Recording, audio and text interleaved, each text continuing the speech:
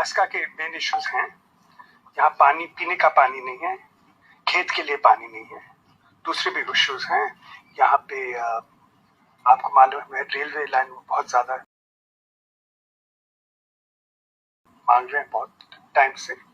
और कौन से इश्यूज बहुत, sugar, cotton, these are some of the issues here. Yes.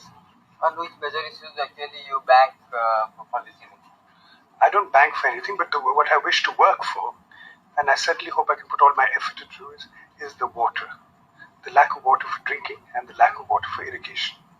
Really, साहित्य से और राजनीति के आने में आप राजनीति में बिल्कुल नया है, आपको कैसा महसूस? जो भी राजनीति में आते हैं, कोई टाइम आते हैं वो नए होते हैं।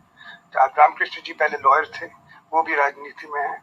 आप भी कुछ और काम होगा राजनीति के पहले। सबको कुछ काम होता है राजनीति, ज्यादातर सबको कुछ काम होता है राजनीति के पहले। मैं काम करने मांगता हूँ अस्का के लिए। मेरे ओपोनेंट के बारे में मुझे कुछ नहीं मालूम है। जितने के बाद आप अस्का के लोगों के लिए क्या करेंगे?